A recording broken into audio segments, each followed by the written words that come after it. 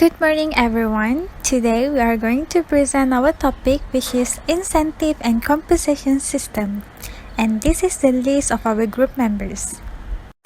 Over the decades, the labor exploitation issues never stop happening all around the world, no matter in developed country or undeveloped country. It involves forcing people to work for little or no wages. Labor exploitation issues in Malaysia have been put in the spotlight recently, being a country that employs nearly 2 million migrant workers on its plantations, factories, and construction sites. Some of the issues that arise in labor exploitation varies from high recruitment fees, facing poor living conditions, mistreatment by managers, outstanding salaries, and unlawful overtime. Furthermore, workers that have been living in poor conditions only started gaining attention from relevant authorities when the COVID-19 outbreak in the factory began, causing investigation to be launched into the workers' accommodations. The issue of labor abuse became globalized when the US Customs and Border Protection (CBP) had banned products made by those industries involved in such allegations. Regardless of its effect on Malaysia's economy, the country should have taken proactive measures to tackle this issue as it involves the rights and liberty of one. Next, I will share how to create an effective incentive and compensation system by involving behavioral and ethical consideration. For the incentive, organization considering incentive plan must define who will be eligible.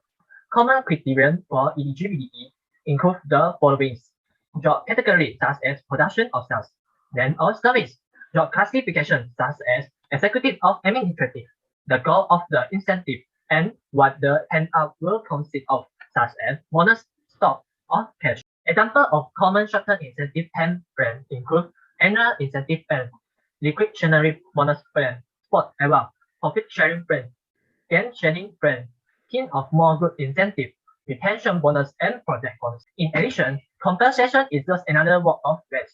Managers work with human resource to set and range wages based on a number of factors. First, competitive analysis. What are people in similar job making per hour, week, or year? Second, cost of living. It is more expensive to live in city than rural area. Labor negotiation.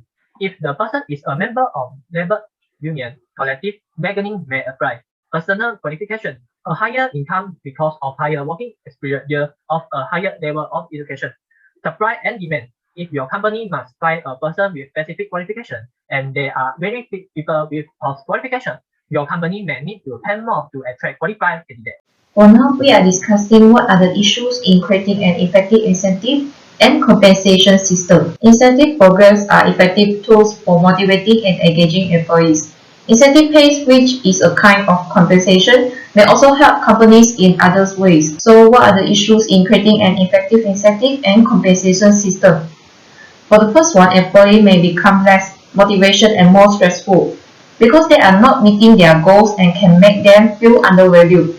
Employees will push themselves in ways that can emotionally and physically stressful. For the second one, the system will eliminate productivity from low-level performance because incentives are usually reserved for the best achiever. For the third one, incentive and compensation system can become quite costly because incentive must continue to rise on the scale of cost to be effective. For the next issue, the competition will foster toxicity because some incentive program will encourage employees to compete with one another, which may lead to a toxic work environment. Furthermore, the system may encourage deception because the employees may seek methods to make their performance seem excellent, even if their real outcomes are not aligned with the incentive in certain instances.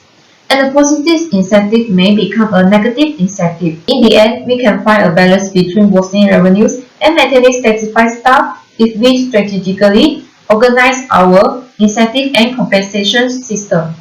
Hello sir, my name is Eng Wei Jie, and now I will show you the whole process of interview with Mr. Wong, who has years of working experience in accounting sector. On 14th of December, I contacted him in order to ask the permission for interview. I told him that I'm a student coming from UPSI, and I showed him my matrix number as a proof. Not long after I sent out the message, he replied me saying that he willing to accept my interview. I then thanked him, as well as asking him to answer the question as sincere as possible. Then I asked him the following question in regards to his opinion towards the incentive and compensation system.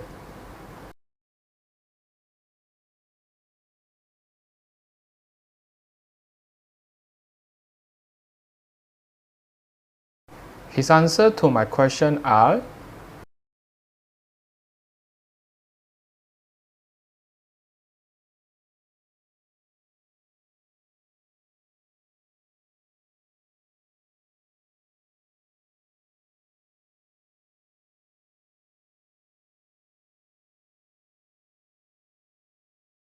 After he done answering the question, I then thanked him again and asked whether he has any question for me. And from his reply, it seems like he had no question for me, so I just ended the conversation with appreciation. In conclusion, most company wants to hire the most qualified employee and keep those employee loyal and productive.